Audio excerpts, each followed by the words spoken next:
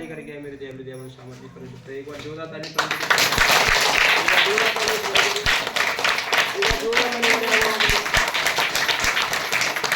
मेरी ओर से सबको नमस्ते। भैया नमस्ते। मेरा नाम सोनू सिंह है और मैं गुड़ागांव का रहने वाला हूँ। परमेश्वर ने मेरे जीवन में बहुत बड़े बड़े काम करे और मैं प्रार्थना भी करता हूँ कि परमेश्वर आपके जीवन में मुझसे बड़े बड़े काम करे। एक गवाही देना चाहता हूँ, बहुत बड़ी गवाही। ऐसे परमेश्वर पर डे काम करता है, ऐसी बात नहीं, पर डे कहीं किसी का फोन आता है, कहीं किसी की चंगाई हो रही है, कहीं किसी का अपने जीवन में काम कर रहा है, किसी दूसरे के जीवन में काम कर रहा है। लेकिन एक गवाही मैं बताता हूँ, मैं एक जगह सत्संग करने के लिए गया था और एक बहन आई वहाँ, कह रही थी कि भैया के यहाँ मेरे बेटे की सगाई नहीं हुई है, 2 बेटा है और एक सगाई नहीं हुई है, क्या करूँ मैं। बड़ी सब जगह सब इंतजाम करवा लिए और सत्संग में यही विश्वास करके कि मुझे पता है कि परमेश्वर अवश्य सुनेगा। मैंने यहाँ परमेश्वर बैठा ही है सुनने के लिए, कोई कम से कम आए तो रिपोर्ट लिखाने के लिए, कोई परमेश्वर को बताने के लिए आए तो सही। और मैंने उसके लिए प्रार्थना करी और मैंने टाइम भी दिया था, मैंने कि परमेश्वर 3 महीने में अवश्य सुनेगा। प्रार्थना करो, आप आओ और सत्संग सुनते रहो। आप यकीन नहीं करोगे बहन जी कि उस बेटी के लड़के को 3 महीने हुए ही नहीं, शायद 2 या 2.25 महीने हुए होंगे और सगाई हो गई।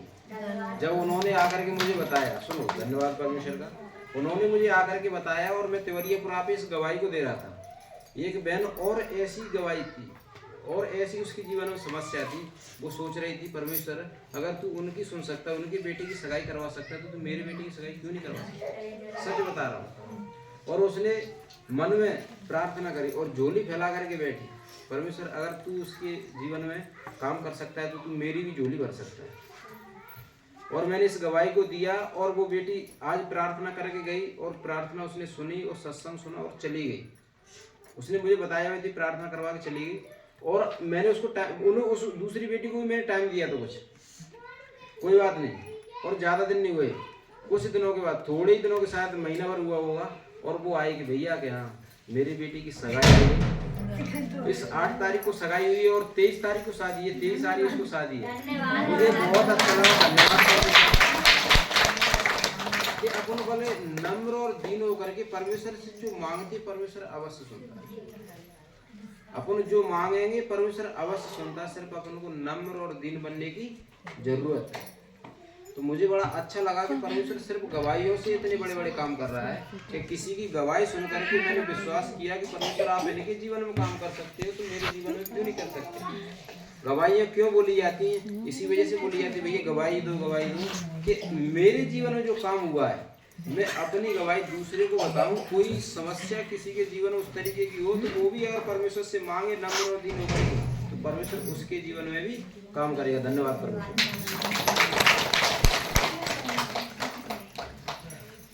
लेकिन यहाँ एक वचन में बताना चाहता हूँ, लूका की पुस्तक 7:36 है, पापी स्त्री को क्षमादान। अगर मेरे पास ये पेन है, मैं आपको पेन दे दूंगा तो कोई बात नहीं। अगर मेरे पेन को बेटा कोई और दे दे, कोई बेटी दे दे, कोई बेटा आपको पकड़ा दे या कोई और पकड़ा दे, तो मैं आकर उससे शिकायत करूंगा कि तुमने मेरे पेन को इनको क्यों दे दिया। समझ में आ रहा दीदी कि नहीं। अगर ये मेरा पेन है मैं दे दूं तो मुझे कोई शिकायत नहीं, क्योंकि मैंने अपनी आत्मा से दिया, खुशी से दिया। अगर मेरे पेन को कोई और दे दे और मुझे उसकी जरूरत है, क्योंकि मुझे ये पेन किसी और को देना था और तुमने आकर के व्यर्थ में इस बेकार इंसान को दे दिया, तो मुझे गुस्सा आएगी ना। मेरी चीज है तुम्हें देना तो तुम अपने हाथ से खरीद करके तब तुम उनको दान करो। जो भी तुम्हें करना तो अपने हाथ से, अब इसका पहले तुम पैसा दे करके, इसका मूल्य दे करके आओ, तब तुम दान करो। तब तुम्हें पता पड़ेगा कि कितने पैसे का आता है, कितने रुपए का आता है, इसमें कितना मेहनत लगता है खरीदने में। उसी तरीके से पाप क्षमा की जो सामर्थ्य है वो गुरु के पास है और किसी के पास ऐसा नहीं है कि वो तुम्हारे पापों को क्षमा कर दे, मेरे पापों को क्षमा कर दे। अगर ऐसे पता नहीं पड़ रहा है तो इस तरीके से पता पड़ता है कि हम पापी थे।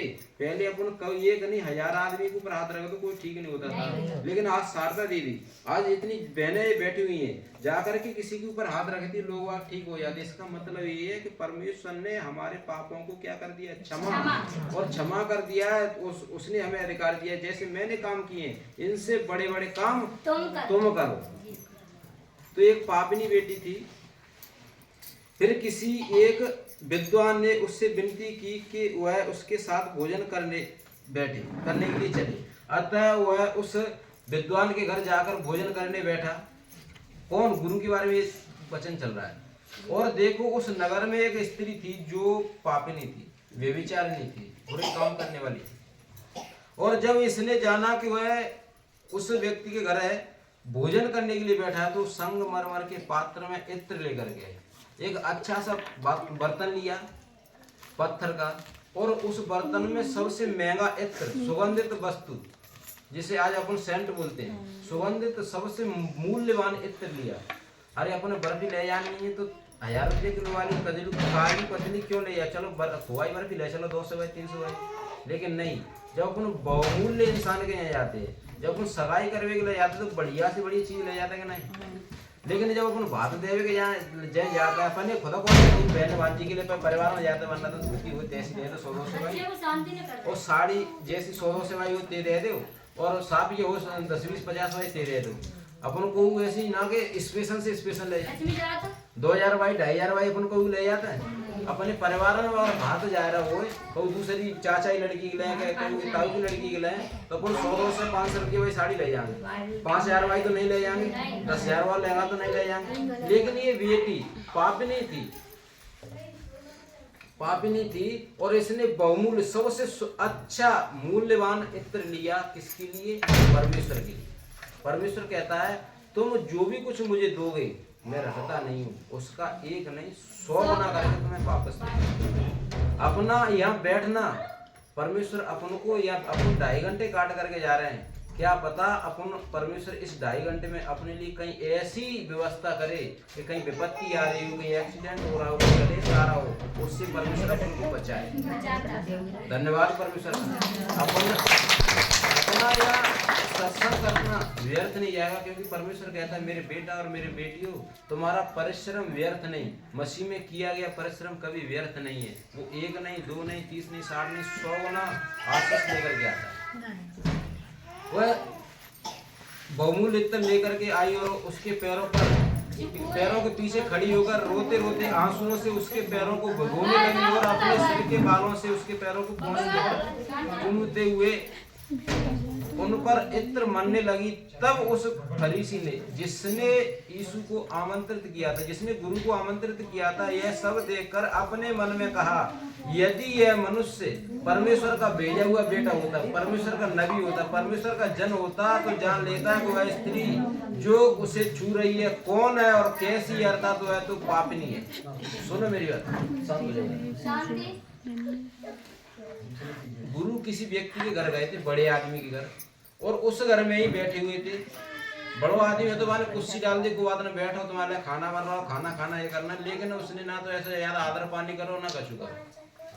अब क्या हुआ कि जो पापनी लेडीज थी उसको पता पड़ गया कि गुरु उस घर में बैठे हुए, तो वहां से भागी आई, सबसे बहुमूल्य इत्र लेकर के आई और उस आकर के परमेश्वर के पास खड़े होकर के रो रो कर उसने अपने आंसुओं से परमेश्वर के पैर धो दिए, और जब पैर धुल गए तो उसने अपने बालों से उसके पैर पोंछ दिए। तब क्या हुआ, उसी घर में जो बेटे बेटी बैठे थे, जो लोग थे, जो बड़ा प्रसिद्ध व्यक्ति था, बड़ा ऊंचा व्यक्ति था, बड़ा धनवान व्यक्ति था, जिसने उसको निमंत्रित किया था, वो कह रहा था अरे यार मैंने कैसे आदमी न्योता दे दो। अगर ये परमेश्वर को बेटा हो तो नबी होता, परमेश्वर का जन होता, भविष्यवक्ता होता, तो ये जान लेता कि जाके 5 धोरजे जाए हाथ लगा रहे पानी ते कैसी है। अगर ये परमेश्वर हो तो खुद तो ये जान लेता कि ये तो पापनी बेटी है, पापनी औरत है, जय काय को हाथ लगा लेता। तब परमेश्वर ने कही तू अपने मन में क्यों पड़ा है, क्या कहना चाहता, उसको सच कह। उसने कहा कि कुछ नहीं।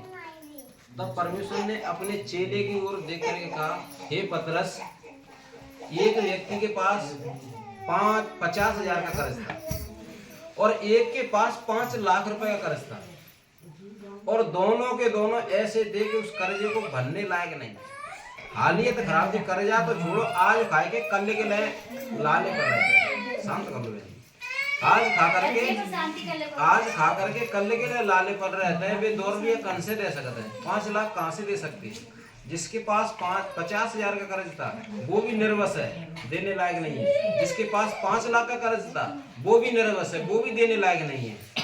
और परमेश्वर के पास आए, परमेश्वर ने दोनों को माफ कर दिया। अब परमेश्वर ने अपने चेले से पूछा, गुरु ने चेले से पूछा बेटा जिसके 50,000 रुपए मैंने माफ कर दिए और जिसके मैंने 5 लाख माफ कर दिए, सबसे ज्यादा मुझसे प्रेम कौन करेगा? उसने कहा कि जिसके 5 लाख माफ हुए वो मुझसे तुमसे ज्यादा प्रेम करेगा, क्योंकि उसका ज्यादा कर्ज क्या हुआ है? माफ हुआ है। तब परमेश्वर ने कही, मेरे बेटा, मेरे चेले, जिसका ज्यादा पाप माफ हुआ है उसने मुझसे ज्यादा प्रेम किया है, जिसका कम माफ हुआ है उसने उससे उसी तरीके का प्रेम किया है। हम पापी थे और परमेश्वर ने हमारे पापों को क्या कर दिया? धो करके शुद्ध और पवित्र हमें कर दिया है, शुद्ध और पवित्र कर दिया है। वस्त्र हमें नहला के धुला कर अच्छे पहना दिए हैं। अब इन धार्मिकता के वस्त्रों को बिगाड़ोगे तो तुम बिगड़ जाओगे, अगर इन सही लेकर के चलोगे तो परमेश्वर अपने साथ रहेगा, परमेश्वर अपन को बढ़ाएगा। एक भिखारी जाए और बड़े अच्छे से अच्छे होटल में जाए, क्या कोई उसको घुस लेने देगा? नहीं घुस लेगा। भिखारी चल भाग, क्योंकि भिखारी के पास 10,000 की ऐनक, 10,000 की चश्मा नहीं होता है। किसी अमीर व्यक्ति को तो 10,000 का चश्मा पहनेगा, भिखारी तो 5,000 रुपया अपने पूरे परिवार को महीना हो जाते हो। लेकिन जो अमीर व्यक्ति वो 10,000 का तो चश्मा ही पहन रहा है, 50,000 रुपये उनकी पेन है। सुनो मेरी बात, अगर वो व्यक्ति जो अमीर है, वो व्यक्ति जो अमीर है वो होटल में जाएगा तो वो घुस जाएगा, क्योंकि पता है ये अमीर व्यक्ति है। लेकिन गरीब को कोई होटल में घुस नहीं देता है, क्योंकि गरीब के पास ऐसा रहन सहन ही नहीं है। जिसके पाप ज्यादा हैं वो उस परमेश्वर ने धो करके पापों को शुद्ध और पवित्र कर दिया है। फिर उन पापों में, उन व्यभिचारों में फिर उन सुअर बनने की कोशिश ना करो। सुअर को कितना भी नहला दो, कितना भी धुला दो, वो क्या करता है? उसी नाली में जाकर के फिर वैसा का वैसा हो जाता है। परमेश्वर कहता है, मेरे बेटा और मेरी बेटी, तू मुझसे दूर हो गया था, खो गया था, मैंने तुझे बुला लिया है। अब इन धार्मिकता के वस्त्रों को पहन करके मेरे साथ बैठ और मेरे साथ चल, और मैं तेरे अंदर आकर के प्रवेश करूंगा और तू जो चाहेगा वो तुझे मिलेगा। मैं एक दिन ऐसे विपत्ति में था कि मैं सोच रहा था अब मेरा जीवन खत्म हो गया, मैं भले ही डॉक्टर हूँ लेकिन अब किसी काम का जीवन नहीं रहा है।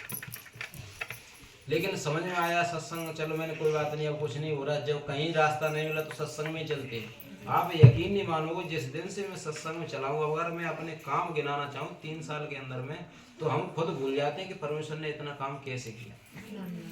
एक दिन मैं हिसाब जोड़ रहा था 3 साल के अंदर में। पहले तो मैं 2 पैसा जैसे 20,000 रुपये कुछ करना है तो बड़ी अचंभे की बात लगती थी, कैसे अगर 20,000 रुपये खर्चा आ गया तो मर गया, अब क्या करेंगे। लेकिन एक दिन ऐसे 3-4 दिन पहले मैं यार हिसाब जोड़ रहा था, कम से कम 3 साल के अंदर परमेश्वर ने 19 लाख रुपए का काम करवाया। धन्यवाद परमेश्वर। इस लायक मैं नहीं हूँ, इस लायक मैं नहीं हूँ, फिर भी परमेश्वर ने करवाया, क्योंकि हम परमेश्वर के मार्ग में चल रहे हैं, परमेश्वर के धर्म और राज्य की खोज कर रहे हैं। परमेश्वर हमें बड़ी से बड़ी आशीष से दे रहा है। जब मुझे दे रहा है तो परमेश्वर आपको क्यों ना देगा? अवश्य देगा। मुझे नम्र और दीन बनने की जरूरत है। धन्यवाद परमेश्वर का। परमेश्वर कहता है, जैसा पेड़ है उसी तरीके का फल उसके अंदर से उपजता है। नीम के ऊपर आज तक आपने देखा कि केले लग रहे हैं? बबूल के ऊपर आपने देखा है आज तक कि उसके ऊपर आम लटक रहे हो? आपने नींबू के पेड़ पे जो होता है, नींबू का पेड़, उसके अंदर देखा है कि अंगूर लटक रहे हो? जैसा पेड़ होता है उसी तरीके का फल लेकर के आता है। परमेश्वर ने कही, इस भले भंडार से तुम जब भली बातें निकालोगे तब तो तुम भले हो, और इस भले भंडार से जब तुम बुरी बातें निकालोगे तब तुम बुरे हो। इंसान खाने पीने से कभी बुरा नहीं होता है। किससे बुरा होता है? अपनी जुबान से। परमेश्वर ने कहा, मेरे बेटा मेरी बेटी, मैंने तेरे मुंह में क्या दी है? जीव। अगर इस जीव को तुम अच्छे काम में लेकर के आओगे तो तुम अच्छे फल पाओगे। इसी जीव को तुम बुरे कामों में लेकर के आओ, बुरी बानी बोलोगे तो तुम उसका बुरा फल तुम्हें पाओगे, दूसरा बाद में पाएगा। धन्यवाद।